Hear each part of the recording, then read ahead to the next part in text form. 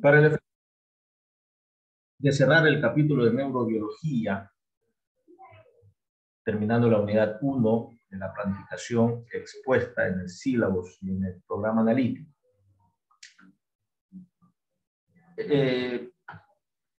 pues hemos ya avanzado bastante, ¿no? Bastante, diría yo, en relación a los contenidos. Y eso quiere decir que para cerrar ese tema basta simplemente articularlo,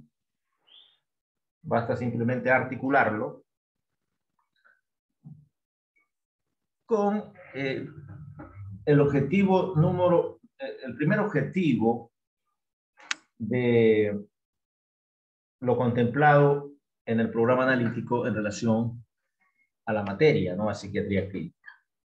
Y ese primer objetivo que tiene que ver con entender el aporte de las ciencias básicas biomédicas, es decir, cómo contribuye la embriología, la histología, la fisiología, la fisiopatología, la genética, en el establecimiento de la homeostasis del sistema nervioso. Porque entendemos que si todo marcha bien, hay una expresión funcional de que todo marcha bien en el área de salud mental. Y esa expresión funcional normal tiene que ver con el funcionamiento normal, valga la redundancia, de las funciones mentales. Esas funciones mentales que para nosotros tenemos que conocerlas. ¿Cuáles son? Por tanto, son para nosotros dianas semiológicas, que la vamos a comenzar a topar desde la próxima clase.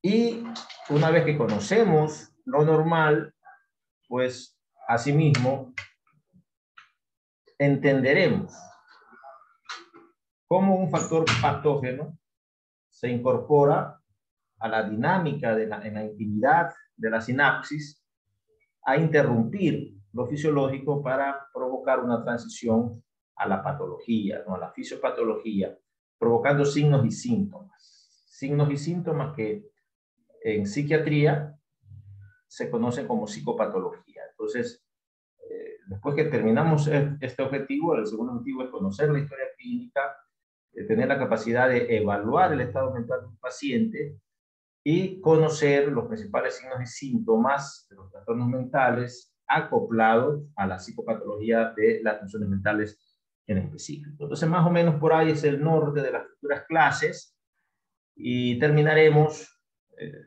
este primer parcial estudiando la psicosis, ¿no? Como el primer gran trastorno que nos va a ocupar las dos últimas clases posiblemente. Entonces, con esas especificaciones,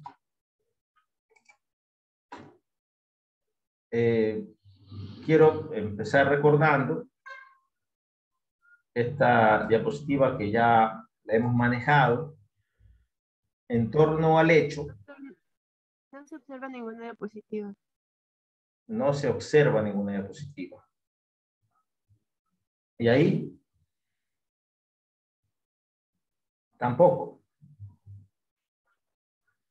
¿O es así? No, solo se ve, o sea, se ve como que usted está en una carpeta que dice clase 1A, 1B, 1C.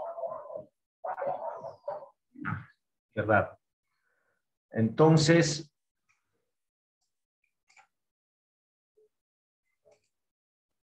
esa es la que se ve. ¿Ya?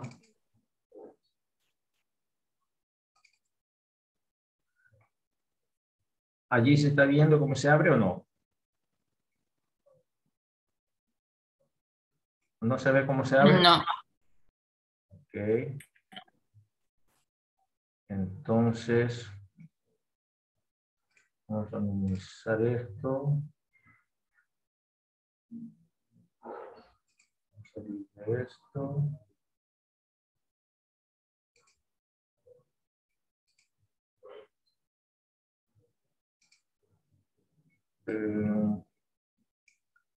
Ahí tampoco se observa la... Se observa, ¿verdad?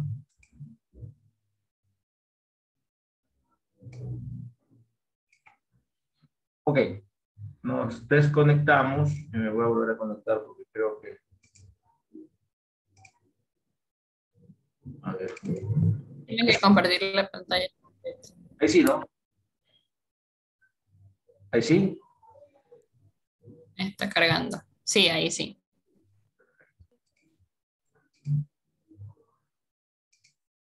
Claro. Entonces decíamos que este diapositiva que la hemos trabajado en alguna otra clase es importante porque en definitiva es la esencia de la neurobiología. Tiene que ver con dos fenómenos moleculares intracelulares en la neurona, que son la transcripción génica y la traducción proteica, ¿no? Conocemos como transcripción génica a la síntesis del RNA mensajero, que lleva a una codificación en base a nucleótidos específicos transcritos de la cadena del DNA, que codifican para tal o cual proteína. Y decíamos que la síntesis de proteínas es vital para el establecimiento del funcionamiento normal del sistema nervioso y en tanto en cuanto para consolidar la homeostasis. Ese fenómeno de transcripción proteica, de síntesis de proteína, de síntesis del RNA mensajero, que luego viaja saliendo del núcleo de la célula hasta el citoplasma, donde está el ribosoma, y es traducido en el ribosoma a la proteína que necesita la célula para su funcionamiento, ¿no? Son dos fenómenos macros, el de transcripción proteica, el de transcripción, que es la síntesis del RNA mensajero, y el de traducción proteica, que es este RNA mensajero que ya se forma en la proteína que necesita la célula. La transcripción proteica no se puede dar si el factor de transcripción no se fosforila. Por tanto, decíamos cómo efectivamente el tema es que la proteinquinasa, que es la que efectivamente determina esta función de fosforilar al factor de transcripción, lo hace una vez que el AMP cíclico elimina estos radicales, que mientras están los radicales en la enzima proteinquinasa, ¿verdad? Está inactiva, no puede fosforilar. En el ejemplo del profesor Stahl, efectivamente se eliminan estos radicales y vean ustedes cómo está listo la proteinquinasa para fosforilar el factor de transcripción que está en el núcleo, inactivo, claro.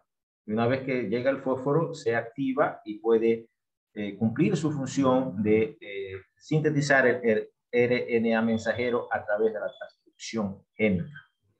Y recuerden ustedes cómo el AMP cíclico se sintetiza de este complejo cuaternario formado por el neurotransmisor, su receptor concreto, la proteína G estimuladora, claro, que estimula a la enzima adenilato ciclasa, que está inactiva, que no puede sintetizar AMP cíclico, pero que una vez que se forma este complejo cuaternario, con los pasos previos, ya a disponibilidad en el citoplasma, puede entonces operar sobre la proteinquinasa y determinar, por supuesto, al final, el quinto mensajero, que es el síntesis, es el RNA mensajero. Entonces, este fenómeno es básico en neurobiología y es básico porque entendemos que la sinapsis, prácticamente la mayoría de sus componentes son proteínas, ¿verdad? Es decir, la vesícula sináptica es una proteína y cuando se requiere el código genético que codifica esta proteína, pues se sintetiza. Pero si lo que requiere son enzimas para que los neurotransmisores, que siempre tienen un precursor, ¿verdad? Con la dieta o un aminoácido esencial o no esencial, es decir, se somete a una cadena enzimática para determinar y conseguir la disponibilidad del neurotransmisor maduro que se almacena en la vesícula sináptica. El calcio que ingresa a la célula una vez que se despolariza la membrana a través de un canal iónico, y este canal iónico también es proteína. Los propios receptores de membranas son proteínas. Entonces, en la función de homeostasis, si hay muchos neurotransmisores, hay una enzima catalizadora, esa enzima también es proteína, es decir, estamos viviendo un fenómeno neurobiológico en donde las proteínas son esenciales para el funcionamiento final óptimo. ¿De acuerdo? Entonces, ya como futuros médicos tenemos que tener clara idea que esas proteínas no son más que un elemento maduro que se ha traducido en el ribosoma a través de un RNA mensajero que a su vez fue transcrito por el funcionamiento del factor de transcripción fosforilado por la proteína quinasa activa al influjo, claro, de la eliminación de los radicales. Entonces, este es el fenómeno macro, sobre todo en los receptores metabotrópicos, que son los que están ligados a la proteína G, que pueden, pues, estimular la síntesis del AMP cíclico cuando actúa una proteína G estimuladora o excitadora, o frenarla si en cambio actúa la proteína G inhibidora. Todo esto es un portentoso mecanismo de neuromodulación a fin de siempre mantener las constantes fisiológicas. Entonces, jóvenes, seguimos avanzando y vemos que definitivamente todos estos fenómenos macros tenemos que tenerlos presentes, ¿no? Habíamos revisado también esta diapositiva en donde habíamos visto los principales receptores. La idea es que ustedes entiendan que hay receptores que van a ser cruciales para nuestro trabajo y nuestros objetivos. Aquí subrayado el D2 en dopamina, el 5-HT1A, el 5-HT2A y 5-HT2C en serotonina, el alfa-2 noradrenérgico, el M1 de los muscarínicos, el receptor N-metil de aspartato, de pues, los opiáceos, y el receptor GABA-A, ¿no? El H1 en histamina, el MU en opiáceos, el N-metil de aspartato en glutamato. Entonces, y entender que son proteínas, y entender que su disponibilidad en la célula estará perfecta en tanto en cuanto los fenómenos, estos neurobiológicos, estén bien. Y ya podemos entender entonces cómo nosotros podemos tener ya alteraciones de este proceso neurobiológico si tenemos un defecto genético. Es decir, si tenemos en la herencia la presencia de un gen patógeno. Un gen patógeno que codifique, por ejemplo, de una manera anómala el receptor NMDA de glutamato, pues estará provocando una disfunción porque el glutamato, como ustedes saben, excita las células de la sustancia negra, tanto también del área tegmental ventral, donde se sintetiza dopamina, y cuando se requiera dopamina, pues no va a haber por la disfunción del receptor NMDA. O si existe un defecto genético en la secuencia de nucleótidos del receptor que codifica, de la proteína que codifica el receptor D2 de dopamina, o 5-HT1A de serotonina, tendremos entonces fisiopatología y por tanto signos y síntomas de trastornos mentales. Y quizás la última ciencia básica que nos toca recordar un poco en la genética. Pero entendiéndolo así, sabemos cuál es el aporte de la genética en el establecimiento de las constantes fisiológicas, de la homeostasis, por tanto de la neurobiología. Lo hemos de una manera sugerido con estas diapositivas introductorias.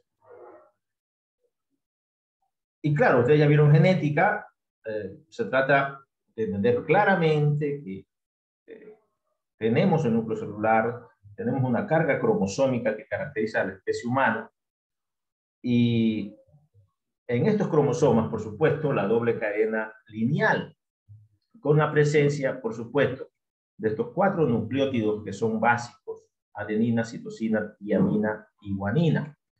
La disposición de estos y la secuencia es la que finalmente da la codificación específica de tal o cual proteína. Entonces no hay mucho que darse.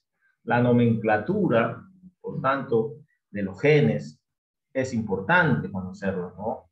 El brazo corto, el brazo largo. Siempre vamos a tener, cuando lean algún artículo con algún gen implicado en la etiopatogenia de alguna enfermedad, la presencia de la letra P o Q, que señala que ese gen está en el brazo corto o en el brazo largo.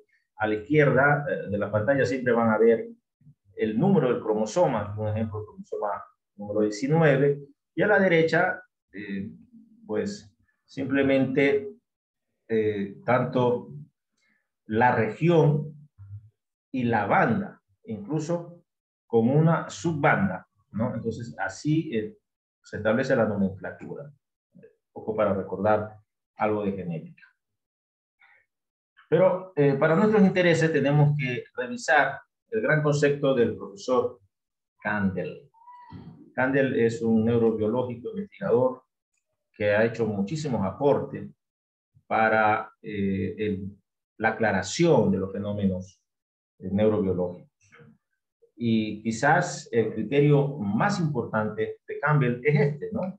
Ese que expresa que la combinación de genes, comportamientos, factores sociales, producen una retroalimentación cerebral que lleva a una modificación de la expresión de los genes y por consiguiente de la función de las células nerviosas. Es decir, lo que nos quiere decir es que la posibilidad de que exista una alteración en la neurobiología no solamente depende de los genes, sino también del medio ambiente, de los factores psicosociales. Esta incluso es uno de los videos que vamos a ver. ¿Cuáles son los factores sociales adversos, ¿sí?, que están siempre, cuando hacemos las historias clínicas de nuestros pacientes, incidiendo, ¿no?, para que estos fenómenos ambientales, estresores sociales, ¿verdad?, provoquen una disrupción de y una ruptura de las constantes fisiológicas? Claro. Se discute mucho en individuos predispuestos, es decir, no todas las personas que los deja la mujer se matan, otros hacen fiesta. Entonces, ahí también depende mucho de una variable que es la personalidad, y esa personalidad, por supuesto, también tiene una estructura tanto genética cuanto medioambiental. Se va formando tanto el carácter cuanto el temperamento. La suma de las dos, pues por supuesto, determina la personalidad de un individuo. El carácter está moldeado por el medio ambiente, el temperamento está vinculado con información genética, es decir, el carácter del hijo que ha salido igual al padre o pues a otro familiar cercano.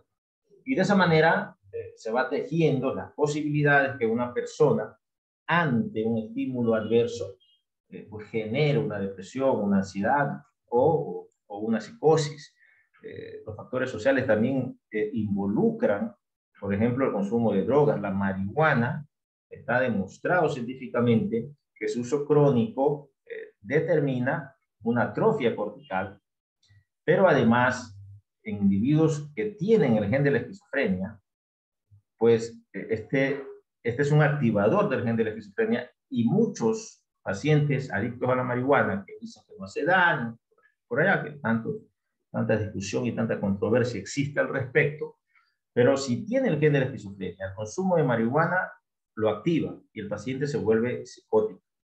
Por tanto, esta es una clara evidencia de cómo la combinación de genes, comportamientos, factores sociales produce una retroalimentación cerebral que puede llevar a la modificación de la expresión génica de normal a anormal y por consiguiente de la función de las células nerviosas.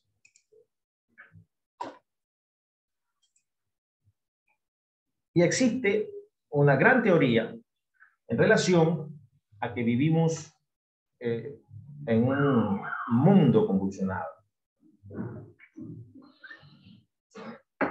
Es decir, una sociedad patógena. Una sociedad en donde predominan más múltiples estresores que determinan que exista una gran posibilidad a que cientos de personas, miles de personas, desarrollen una enfermedad mental. Sobre todo en países como el nuestro, tan desorganizados en las áreas sociales, pues los psiquiatras y los psicólogos siempre tendremos muchísimo trabajo por cómo se están llevando las cosas.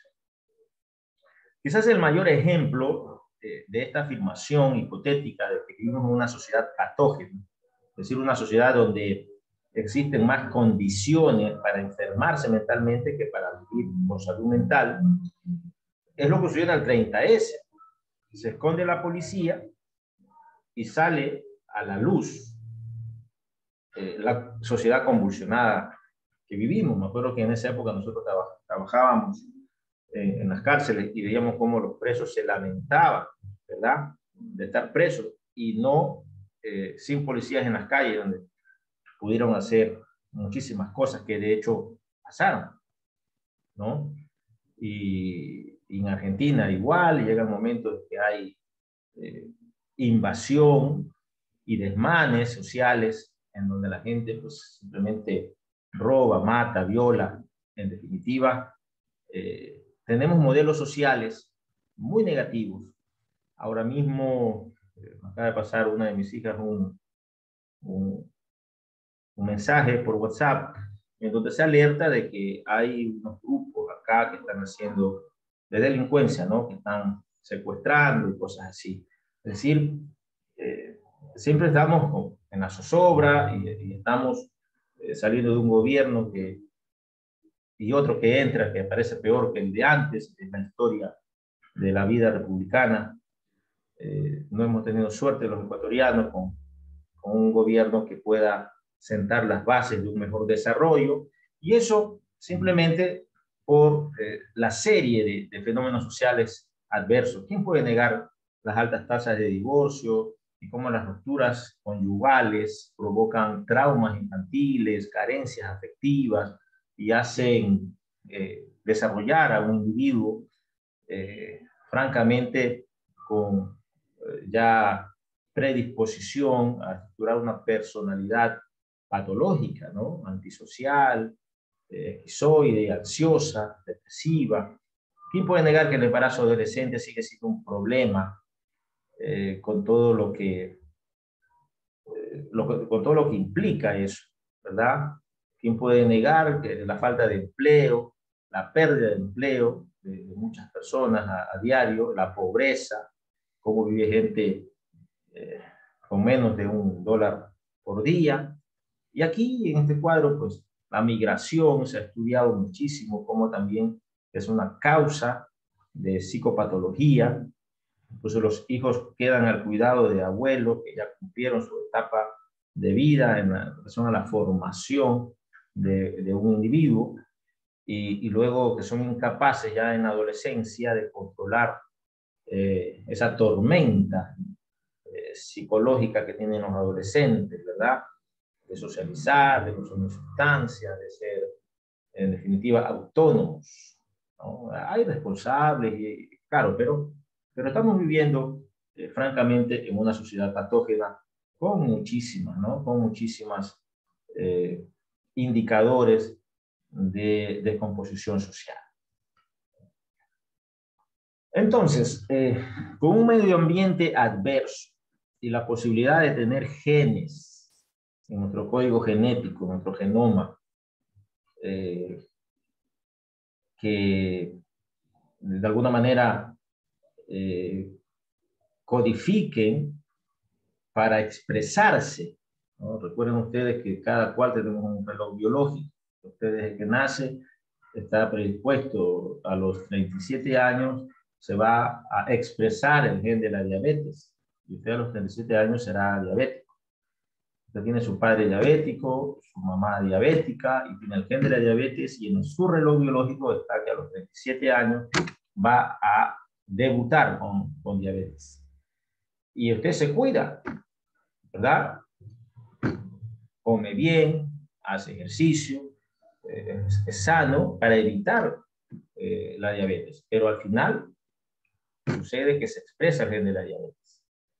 Y lo contrario, es decir, tiene el gen de la diabetes, sus dos padres diabéticos, por poner un ejemplo, y se descompensa desde la adolescencia, consumiendo sustancias, comiendo, es decir, usando una alimentación francamente inapropiada, con todo el gran espectro de alimentación que tenemos acá. Y ese gen que estaba predispuesto a expresarse a los 17 años se expresa a los 20 años. Entonces, está claro que los eventos adversos modifican la expresión génica. Algunas neuronas median sus respuestas a las experiencias narrativas a lo largo de su ciclo vital, con un arco de variación de carácter dependiendo de lo que haya pasado, ¿no? El abuso infantil, que es otro de los fenómenos identificados como estresores sociales y como presentes en esta sociedad patológica, ¿verdad? El estrés adulto, las deficiencias alimentarias, el abuso de sustancias, dosis negativas. Pero existen familias que desde temprano ponen a sus hijos a tratamiento psicológico y ya eso es una herramienta un factor de protección. Es decir, versus los factores de riesgo, también tenemos factores de protección. Y a veces comienzan a haber indicadores ya de un funcionamiento premórbido, es decir, indicadores tempranos de signos y síntomas que ya le dicen al psicólogo o al psiquiatra que ese paciente va a ser un paciente depresivo. Entonces, desde la infancia lo pone en modelo de psicoterapia y si fuera del caso, con tratamiento antidepresivo. Y así nos desenvolvemos. Ustedes como médicos generales tienen que llevarse estos conceptos porque se puede hacer mucho mientras más temprano iniciemos un tratamiento. Y eso lo veremos claramente cuando hablemos del primer episodio psicólogo. Así, el argumento de cómo una neurona normal pasa a ser una neurona con mal funcionamiento en un trastorno mental es la selección de qué genes específicos se expresan o se silencian, por supuesto. Las neuronas con mal funcionamiento reciben el impacto de genes heredados que tienen secuencia nucleótidas anormal, como decíamos, que de expresarse contribuyen a la aparición de los trastornos mentales en base a una ruptura de las constantes fisiológicas y al establecimiento de una fisiopatología con la consiguiente psicopatología. Por tanto, jóvenes, este mensaje del futuro médico tiene que llevarse, no solamente para psiquiatría, sino para todas las especialidades médicas, todas las enfermedades. La vulnerabilidad genética no solo depende de la posibilidad de heredar un gen patológico, sino también de que estos genes anormales se expresan, porque usted puede tener el gen del esquizofrénico, pero si no se expresa, si no fumó marihuana nunca y nunca se expresa, porque en su reloj biológico no estaba para expresarse, pues no va a desarrollar la esquizofrenia. Pero también puede pasar el hecho de que se expresen genes normales cuando estos deberían estar silentes. Claro, porque la expresión de genes normales cuando no deberían expresarse, pues genera, por supuesto, una ruptura de las constantes fisiológicas. O podría darse el caso de que sean silenciados cuando deberían ser expresados, es decir, que no se expresen. Entonces, todas estas posibilidades nos dan a entender la importancia que tiene la genética en la consolidación de este primer objetivo que es entender cómo las constantes fisiológicas que funcionan normalmente se expresan con el funcionamiento normal de las dianas semiológicas, pero que esto en definitiva está condicionado a que todos los elementos y las estructuras anatómicas y fisiológicas, es decir, todo el aporte de las ciencias básicas biomédicas que hemos revisado, pues contribuyan a eso de manera normal. Los miles de millones de nucleótidos que se hallan en el núcleo de una célula están organizados en forma lineal a lo largo de la doble hélice del DNA en unidades funcionales llamadas genes, como habíamos revisado. Cada uno de los 20.000 a 25.000 genes que tenemos en nuestro genoma, se acompaña de varios elementos reguladores que controlan el momento de activación para producir el RNA mensajero, mediante un proceso llamado transcripción, conforme lo habíamos revisado. En casi todas las situaciones, el RNA mensajero se transporta del núcleo al citoplasma, donde su información genética se traduce en proteínas, las cuales realizan funciones que al final determinan el fenotipo. Y entonces, lo que decíamos, prácticamente la gran mayoría de elementos en el citoesqueleto son proteínas celulares. Enzimas, por ejemplo, ¿no? Aquí tenemos ejemplos de proteínas, ¿no? Las proteínas actúan como enzimas que facilitan el metabolismo y la síntesis celular, como elementos de unión del DNA que regulan la transcripción de otros genes. Cuando profundizamos el estudio es curioso que apenas el 2% de los genes se expresan para determinar la fisiología del organismo. Imagínense ustedes, casi el 98% son genes que están pues o inhibiendo o estimulando la expresión génica, la transcripción proteica. Las proteínas están en las unidades estructurales de la célula, como habíamos revisado, los canales iónicos, los propios receptores, en fin.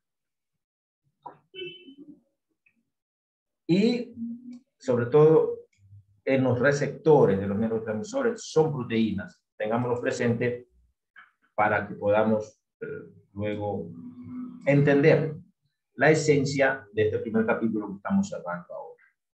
Lanzamos una pregunta.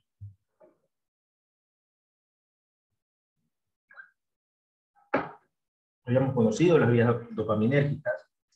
Entonces, puede ocurrir una hiperactividad dopaminérgica en la vía mesolímbica y simultáneamente una hipoactividad dopaminérgica en la vía mesocortical. ¿Sí? Hace 50 años hubiera sido improbable pensar que en los circuitos del cerebro una parte podría estar funcionando en exceso y la otra en déficit. Entonces preguntamos eso, y por supuesto que sí. Esa es una posibilidad en una de las patologías que tendríamos que estudiar nosotros de acuerdo al sílabus, ¿verdad? ¿Sí? Lo que preguntamos es eso, ¿no? Esta es la vía mesolímbica, desde el área tegmental ventral del mesencéfalo al núcleo accumbens, o mesoaccumbens, y esta es la vía mesocortical, que también nace en las mismas neuronas del área tegmental ventral, pero en vez de irse al accumbens, se va a la corteza del lóbulo frontal, la vía mesocortical. Pero ¿cómo es que puede existir esta ambivalencia de que mande mucha dopamina a la vía mesolímbica y que mande poca dopamina a la vía mesocortical, a la corteza del lóbulo frontal, importante en el funcionamiento mental de un individuo? Y por supuesto que sí, porque la neuromodulación puede influir en eso. Si están actuando en exceso el neuromodulador GABA, o sea, si la interneurona GABAérgica está patológicamente frenando la producción de la vía mesocortical, pues habrá pues definitivamente poca dopamina en esa vía. Y si hay poca dopamina en esa vía, tendremos síntomas del funcionamiento deficitario del lóbulo frontal. Ese de la interacción social, esa del pensamiento, de la personalidad, del funcionamiento ejecutivo de un individuo, que le permite racionalizar, analizar situaciones, tomar decisiones apropiadas. Por supuesto que sí. Con un déficit de dopamina en la vía mesocortical tendremos alogia, tendremos abulia, tenemos un aplanamiento afectivo, tenemos un déficit social, un individuo introvertido con poca capacidad de funcionar socialmente. Pero si en cambio el glutamato, ¿verdad?, está excitando patológicamente las neuronas dopaminérgicas en el área tegmental ventral, tendremos un incremento en la liberación de dopamina en la vía mesolímbica. Entonces, esto es un ejemplo de neuromodulación. Aquí tenemos la presencia del área tegmental ventral, acá del núcleo accumbens, es la vía mesolímbica, una vía dopaminérgica. Pero vemos cómo llega la inervación glutamatérgica. Si esta inervación glutamatérgica está patológicamente funcionando al alza, ¿verdad?, tendremos una hiperdopaminergia en esta zona. Pero sin cambio, vean ustedes, es el GABA, ¿verdad?, en esta misma vía mesolímbica, que está frenando en exceso, tendremos poca dopamina en esta vía mesolímbica. Y lo propio del área tegmental ventral al córtex prefrontal dorsolateral o al córtex prefrontal ventromedial, donde van la sinapsis de las neuronas dopaminérgicas. Si nosotros vemos que existe un freno GABAérgico, pues tendremos poca dopamina en esta vía. Por tanto, sí es factible que a través de procesos fisiopatológicos, ¿verdad?, tengamos mucha dopamina en una vía y poca dopamina en la otra. Y eso explica, por supuesto, la presencia de síntomas y signos de una patología. Entonces, estamos adelantando un poco la etiopatogenia de la psicosis, que tendremos que revisar también un poco más detenidamente. Luego recuerden que el tálamo, a través de las vías tálamo-corticales, ¿verdad?, está determinando que el hombre perciba los estímulos que han sido captados por las sensaciones, es decir, por los receptores sensoriales periféricos que captan los estímulos del medio, que a través de los órganos del sentido, pues, y las vías aferentes, llegan hasta el tálamo, y del tálamo, pues, que es el filtro sensorial, decíamos, ¿verdad?, se ubica. Pero el tálamo tiene el influjo GABAérgico que nace tanto del globus pallidus cuanto del putamen. Y entonces, nosotros tenemos aquí un fenómeno de inhibición talámica cuando el caso lo requiera, ¿verdad? El fenómeno de la inhibición de la inhibición también lo vimos en una clase anterior un poco mejor explicado.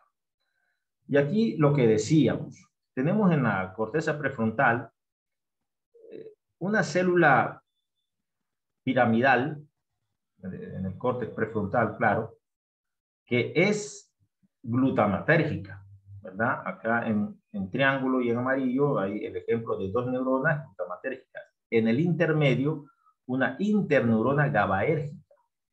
Entonces, claro, la función de esta neurona GABAérgica, cuando se estimula por la primera neurona excitadora, será liberar GABA para frenar a esta otra que va al área tegmental ventral. Y así funciona dependiendo del requerimiento del organismo. Si se necesita dopamina, por supuesto, no va a actuar esa interneurona GABAérgica. Y el glutamato estimulará directamente las células dopaminérgicas en el área tegmental ventral. Pero si no se necesita dopamina, imagínense ustedes, esta interneurona GABAérgica se estimula por una primera neurona glutamatérgica y al estimularse libera GABA y frena, ¿verdad?, a través de un potencial posináptico inhibitorio, ¿verdad?, la liberación de dopamina. Y aquí, vean ustedes, está en este cuadrado rojo el receptor N-metildeaspartato de glutamato. Y entonces se ha identificado como una de las causas de la esquizofrenia un receptor NMDA defectuoso. ¿verdad? Es decir, el gen que codifica este receptor, esta proteína, ¿verdad? Tiene secuencias nucleótidas anormales, por tanto no funciona. Y ante la estimulación glutamatérgica, ¿verdad? Esa orden no le llega a la neurona GABAérgica, que no frena.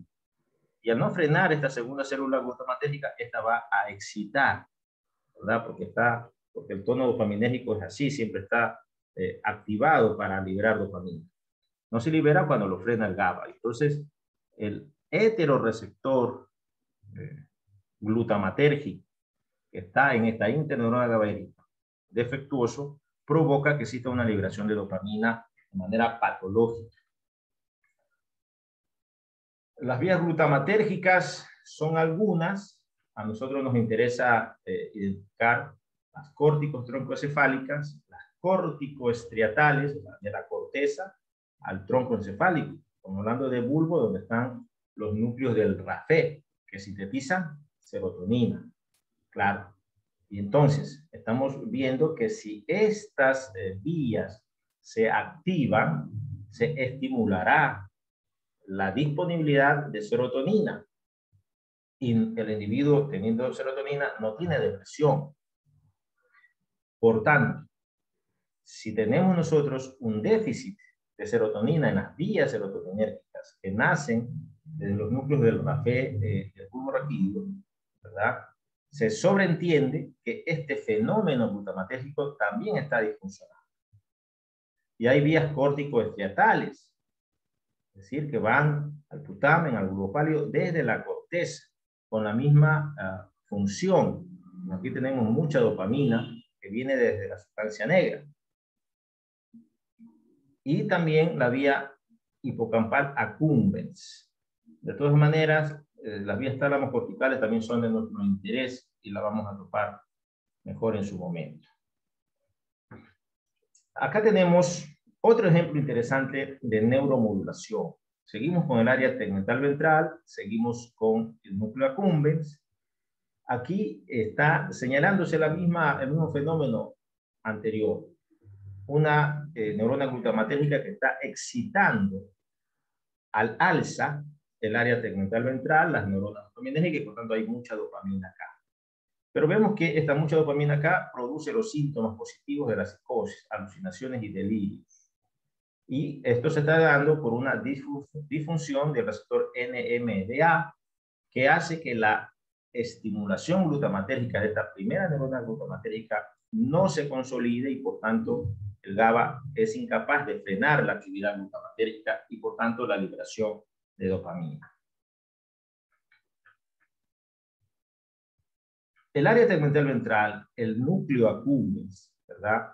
Puede ser por otro mecanismo, por otra vía indirecta de neuroregulación. Acá tenemos neuronas del globo pálido que son GABAérgicas, que están, como ustedes saben, frenando, en cambio, cuando el organismo lo requiera, la liberación de dopamina. Pero vemos que estas neuronas que son estriatales del globo pálido, a través de la vía glutamatérgica córtico estriatales que habíamos revisado, ¿verdad? A su vez, están estimuladas por una neurona glutamatérgica. Y claro, esta neurona glutamatérgica, al estar estimulando, no tomen en cuenta esto todavía, van a provocar que se frene, que se inhiba el freno GABAérgico. Y sin freno GABAérgico será otra vía indirecta de exceso de dopamina en la vía mesolímbica y por tanto de la aparición de síntomas positivos de psicosis, alucinaciones y delirios. Y casualmente esta estimulación mayor se da por una disfunción del receptor NMDA. Nosotros cerramos el capítulo de neurobiología, en definitiva, un poco relevando el papel de la genética, si se dan cuenta, en la neurobiología, en la homeostasis y en la fisiopatología. Pero también, evidentemente, ya relevando de una manera más interesante estos fenómenos de neuromodulación, de neurorelajación y la importancia de las proteínas, por supuesto.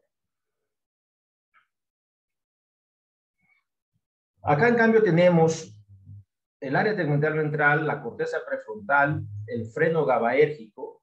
Y si hay un freno GABAérgico, no habrá dopamina. El déficit dopaminérgico en esta vía mesocortical está asociado con los síntomas negativos de la esquizofrenia, que son, pues, lo que habíamos mencionado. También se llaman síntomas cognitivos, como por ejemplo la pobreza de pensamiento. O síntomas afectivos, por ejemplo, el aplanamiento afectivo, es decir, una incapacidad de un paciente psicótico de ponerse triste ante un estímulo que normalmente causa tristeza. Se murió tu hijo, paciente que tuve la semana anterior acá, se había muerto el hijo, el único hijo, un paciente esquizofrénico. Aplanamiento afectivo. Ninguna expresión, en definitiva, de tristeza por semerendo acontecimiento. A eso llamamos nosotros aplanamiento o embotamiento afectivo. Se ha explicado la hipodopaminergia en la vía mesocortical con esa característica de los esquizofrénicos. Pero vean ustedes cómo otra vez el mismo fenómeno de disfunción del receptor NMDA está complotando para ello. Por tanto, jóvenes, en esta clase introductoria tengamos claro eso. Sin embargo, cuando todo funciona bien, cuando hay un establecimiento de constantes fisiológicas y estas se miden porque el funcionamiento mental de un individuo es de estabilidad emocional y psicofísica. Se mide porque las funciones mentales, ¿verdad?, están bien. Y están bien quiere decir que hay ausencia, por supuesto, de síntomas y signos. Esta es otra diapositiva. Acá tomen en cuenta la corteza cerebral. Acá está el tálamo. Aquí está el estriado, el pálido, y estamos viendo cómo efectivamente el pálido está frenando siempre, el globo pálido está frenando siempre al tálamo. Y de esa manera, los estímulos o las vías tálamo-corticales con la información que se precisa está llegando de manera fisiológica a la corteza cerebral. Estas vías tálamo-corticales son glutamatérgicas. Pero efectivamente aquí puede suceder un montón de fenómenos como los que habíamos revisado, en donde la inervación glutamatérgica puede estar disfuncionando a expensas de tener un receptor N-metil de aspartato que tiene un defecto en su estructura nucleótica. Y así acontece entonces de no mediar ningún tipo de problema neurobiológico. Nosotros vamos a tener la consolidación de la sinapsis normal, que comienza con la disposición de la membrana, la apertura del calcio, la entrada de calcio, por supuesto, que es la orden para que las vesículas sinápticas unan sus membranas, una ectocitosis, y se produzca la liberación de neurotransmisores que cumplen su función de neurotransmisión, provocando que llegue la información a la segunda neurona. Y decíamos, la sumatoria de los eventos normales en ausencia de fisiopatología determina el funcionamiento mental adecuado de un individuo, que se mide a través del funcionamiento normal de las funciones mentales, que para nosotros son dianas semiológicas. Aquí hay 21 ejemplos de dianas semiológicas, las más importantes, que comienzan con la conciencia y terminan con la personalidad del individuo, pasando por la presentación personal, la actitud, la psicomotricidad, hasta funciones ejecutivas como el raciocinio, el pensamiento, la atención, la memoria, hasta la conducta sexual. Estas son nuestras dianas semiológicas que vamos a comenzar un poco a estudiarlas desde la próxima clase. Y un poco más de lo mismo, neurobiología normal, fisiología, la recaptura de la dopamina, que acá es interrumpida por la presencia de un factor patógeno, cocaína, que pues bloquea el receptor, el autorreceptor de recaptura, y en consecuencia se acumula la dopamina, y mucha dopamina en el área mesolímbica es sinónimo de alucinaciones y delirios. Lo mismo, lo que habíamos revisado en una clase anterior, con la interneurona GABAérgica, que a su vez, no solo que está frenando acá de manera normal, pero con la presencia de opiáceos, ¿verdad? Existe un fenómeno de la inhibición por tanto, el aumento en las concentraciones de la dopamina. Lo habíamos revisado bien. Tenemos entonces que recordar los principales circuitos en las vías dopaminérgicas, las hemos revisado: vía mesolímbica, mesocortical, la nigroestriada y la tuberoinfundicular. Acá representadas de mejor manera. Hemos insistido bastante en esto. Vamos a pasarlo rápido.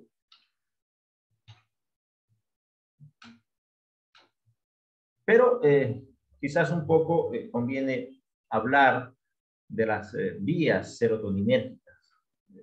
La dopamina, sabemos, se produce en el mesencéfalo, en estos dos núcleos importantes, área tegmental y sustancia negra, pero la serotonina está en el bulbo, a través de los núcleos del RAFEO, cuyas vías se proyectan a la corteza prefrontal. Aquí regulan el estado de ánimo. A los ganglios basales, intervienen en los movimientos y lastimosamente en algunas condiciones patológicas en el trastorno obsesivo compulsivo. En el sistema límbico están implicados en la ansiedad.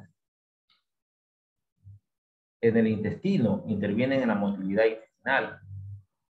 En el hipotálamo influyen en la conducta alimentaria. Cuando veamos psicopatología de la alimentación hablaremos de eso. En los centros del sueño del tronco cerebral. ¿Quién no sabe que la serotonina es básica para el establecimiento de la citoarquitectura del sueño? En la médula espinal, que controla determinados reflejos que tienen gran importancia en la respuesta sexual, tenemos nosotros algunos efectos secundarios en la respuesta sexual cuando damos antidepresivos. Y también intervienen en el vómito, en la zona quimioreceptora.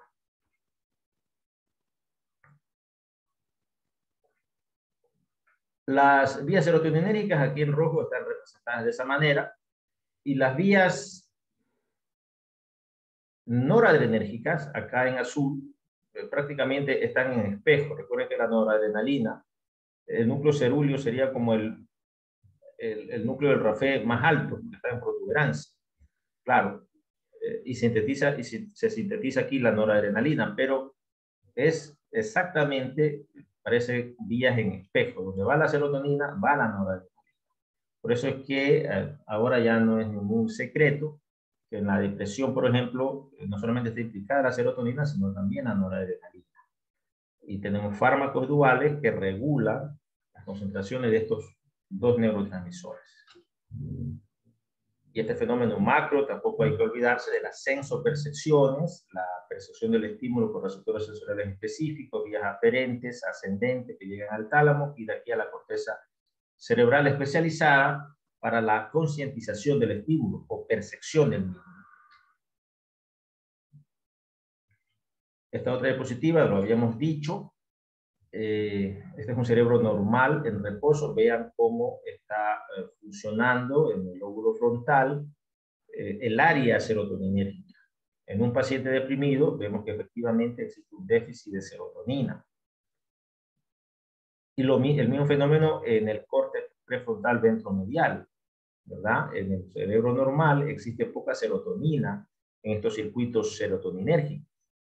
En la depresión están activados, existe muchísima serotonina, y por tanto, con el tratamiento nosotros vemos que de a poco el cerebro enfermo comienza a parecerse en una neuroimagen funcional, utilizando antidepresivos, en efectivamente un cerebro normal, ya asintomático. Pues acá hay signos y síntomas.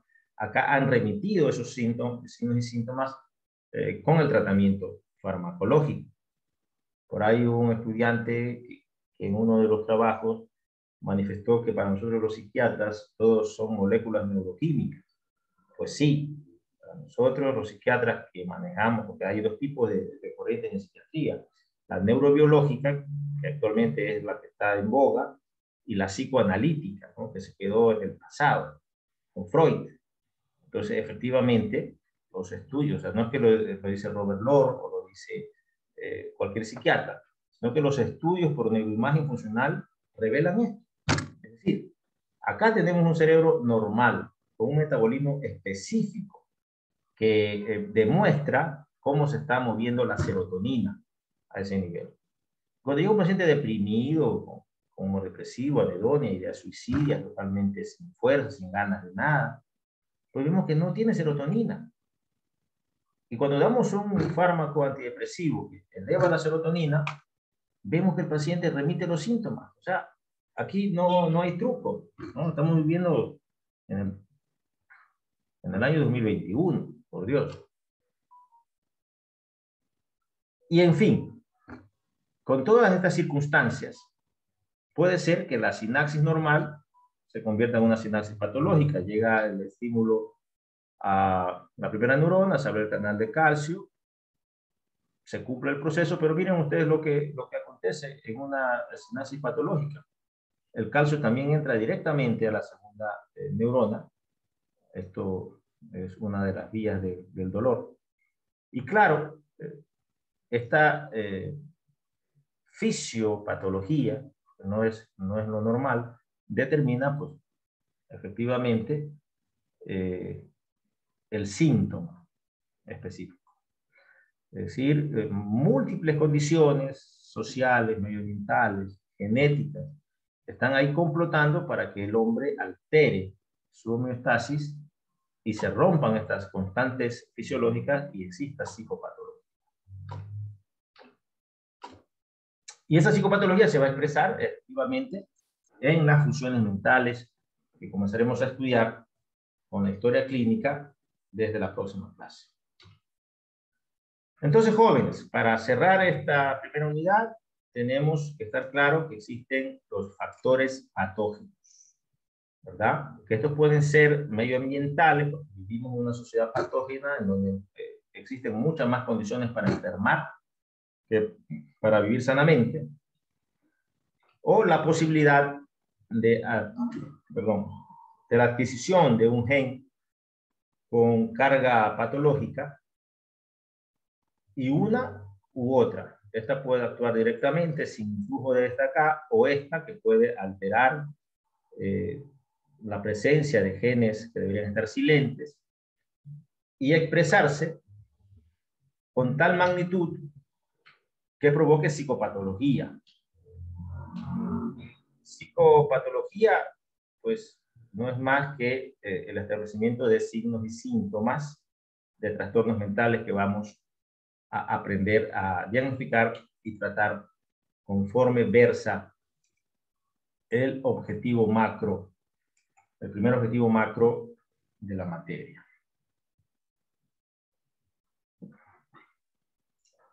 Y aquí está un poco el objetivo que lo hemos trabajado un poco mejor, que ya consta en el programa analítico y constará en el sílabus. A ver, por ejemplo, está por ahí John Sierra. ¿No está John Sierra? Aquí estoy, Doc. Muy bien, muy bien. A ver, prende su cámara para conocerlo, hermanos. Estoy cansado de decir, no sé si los otros profesores le dicen, prendan la cámara, prendan la cámara. No quieren prenderla, pues ya, bueno, con esos psicoestresores no vamos a caer